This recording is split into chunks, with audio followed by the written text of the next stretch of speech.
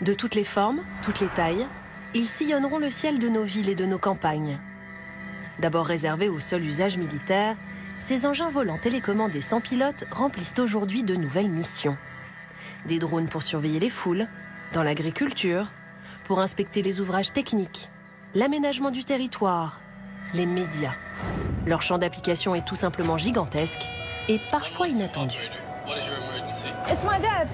I think he had a heart attack. Le concept de drone ambulance développé aux Pays-Bas livre à près de 100 km/h un défibrillateur auprès de victimes d'accidents cardiaques. Une fois sur place, le personnel médical peut communiquer et donner des instructions à l'aide d'un micro et d'une caméra embarquée. Ce drone urgentiste permettra de gagner de précieuses minutes dans la prise en charge des patients et de multiplier par 10 leurs chances de survie. On ne pourra plus se passer de ces drôles d'insectes technologiques. Comme les abeilles l'été, les drones bourdonneront partout autour de nous. Comment allons-nous gérer le balai de ces milliers de robots volants ? Qu'est-ce que ça veut dire qu'une ville dans laquelle il y a des drones en termes d'infrastructure? Qu'est-ce que ça veut dire aussi nos usages à nous en tant qu'individus? Ce qu'il y a de certain, c'est que ce ne sera pas possible de laisser ça dans une forme de laisser-faire généralisée, parce qu'il y aura des collisions, il y aura des problèmes. Plusieurs projets de recherche, comme ici à l'École polytechnique fédérale de Lausanne, travaillent sur les problématiques de vol de drones en essaim. Les chercheurs essaient de mettre au point des systèmes dans lesquels la gestion des vols s'opère sans avoir recours à un ordinateur central. Qu'il y ait 10 ou 1000 drones en l'air, l'idée est que chaque robot apprenne de manière autonome à éviter les autres en lisant son environnement et en communiquant avec le reste de la flotte. Une autre difficulté est que les drones actuels ont besoin d'espaces ouverts pour évoluer. Pour que les drones puissent aller partout, la start-up suisse Flyability a, elle, une approche plus originale.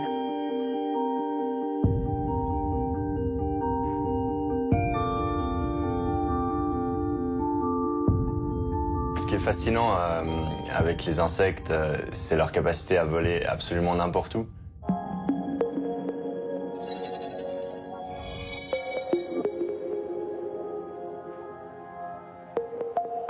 Ça, c'est ce qu'on a voulu reproduire et ce qu'on a remarqué, c'est ce qui leur permettait de le faire, c'était leur capacité de survivre aux collisions.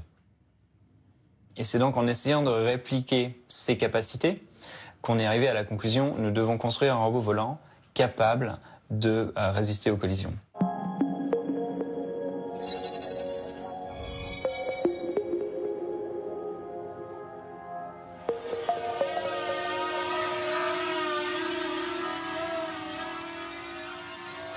La manière dont nous avons réalisé ça dans ce robot, c'est principalement le découplage d'une cage extérieure autour du robot par rapport à l'intérieur.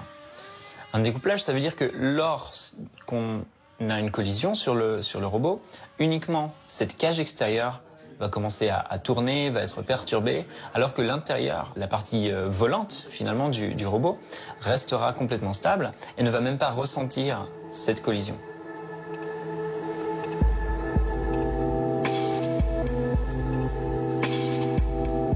Le but de ce drone, c'est d'avoir un drone qui permette d'accéder pour de l'exploration ou de l'inspection à des lieux où aucune autre technologie ne peut aller.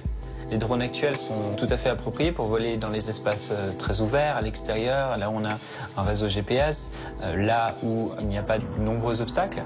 Et nous, on a construit un robot qui peut aller dans ces endroits confinés, qui peut aller à l'intérieur, qui peut se glisser dans un tuyau, dans un réservoir, voler le long d'une surface, rouler en plus de voler. Et finalement, ça en fait un outil qui est très facile à utiliser pour son pilote. Parce qu'il n'y a pas de conséquences négatives à une petite erreur de pilotage.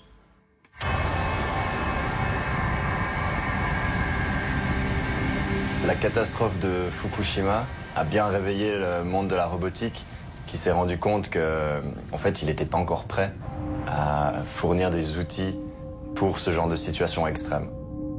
Les robots volants qui ont été utilisés à Fukushima n'ont pas pu ramener ces images de détails de la situation qui était nécessaire à ce moment-là parce qu'ils ne pouvaient pas accéder plus proche, parce qu'en accédant plus proche, ils se retrouvaient dans un environnement où les collisions étaient impossibles à éviter.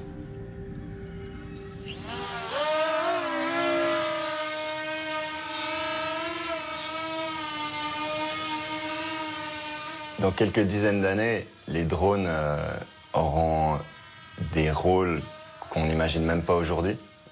Ça s'appellera plus des drones, ça s'appellera un outil à faire ceci, où il y aura des nouveaux noms. Mais clairement, il suffit de voir l'essor qu'ils ont aujourd'hui pour se rendre compte de leur potentiel. Les drones sont en pleine ascension. Les géants du transport et de la logistique, ainsi que les mastodontes de la vente en ligne, ont bien compris tout le potentiel de ces engins. Pour eux, le drone, c'est avant tout le coursier du futur. Tous développent à coût de millions de dollars des projets qui semblent prêts à décoller. La promesse est la même, nous livrer tout et n'importe quoi en un temps record, où que nous soyons, même au fin fond de l'Australie, en traquant le signal de notre téléphone.